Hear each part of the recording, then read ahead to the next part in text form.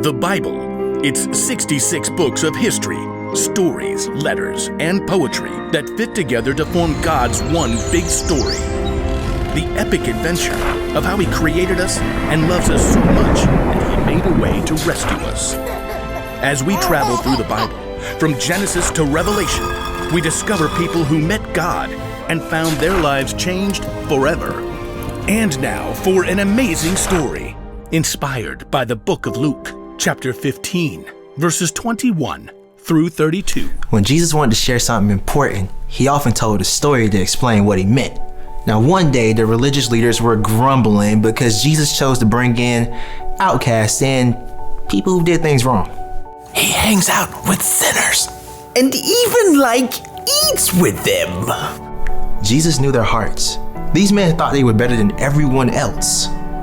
So He told them the story of a man and his two sons. Now, the youngest son asked for his share of his father's money, and he took off. He spent his money on parties and all other stuff. But then, the money ran out, and he ended up at a miserable job feeding pigs, while he himself starved. Desperate, the young son returned home, planning on begging for mercy and working as a servant. Instead, his father welcomed him with open arms and even planned a party for his lost son in his honor. Ultimately, it seemed like a happy ending. But Jesus wasn't finished with the story yet. The older son was in the field. When he came near the house, he heard music and dancing. If Jesus were to tell that story to us today, it might sound something like this. The older brother, let's call him Will. He spent the entire day working hard, perhaps plowing up the packed dirt on a brand new field. Come on, Bessie. Just one more row. Gotta finish before the light goes. As the sun slipped behind the hill, Will finished breaking the dirt on his last long row. I just need some water and a quiet meal and bed. Will trudged slowly back to the house and left Bessie in the barn with a bag of oats. If my slacker brother hadn't run off, I wouldn't have to work so hard. As Will neared the house, he was surprised to see the lights blazing from every window. What is going on?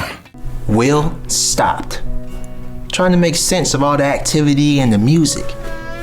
Then, the back door opened.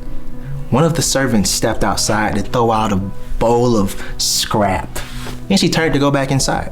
Wait. The servant paused.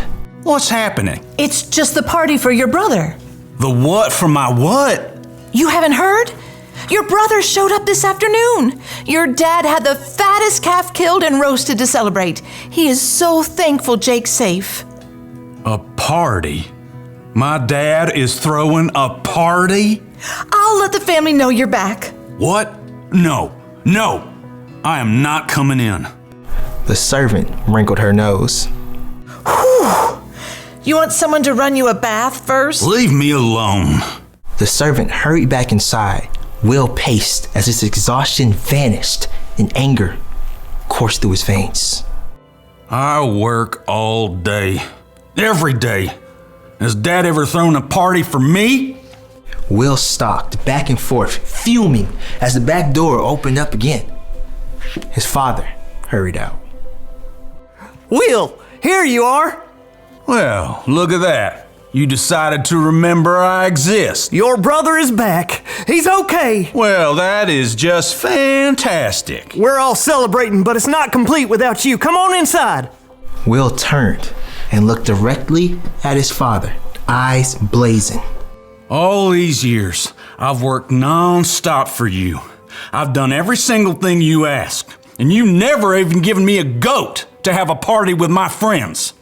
You never said you wanted. This son of yours runs away with your money and wastes it like a fool. Then he shows up and you roast a fatted calf and throw a giant shindig. Will's father sighed, took a deep breath, and looked Will directly in the face. My son, you are always with me. Everything I have is yours, but We had to celebrate and be glad. This brother of yours was dead for all we knew. And now he's alive again. He was lost, and now he is found. Look, I'm real tired. I plowed the entire north field. Thank you. I think I'll just go to bed. Won't you come into the party? Just for a few minutes. Will hesitated. He could see the people through the window, dancing, eating, full of joy. The light and the music called them. Please, Will. We don't know if the older brother ever listened to his father. We don't know if he ever forgave his younger brother. We don't know if he chose to go and enjoy the party. But what we do know is that if he stayed outside, he missed out on many good things.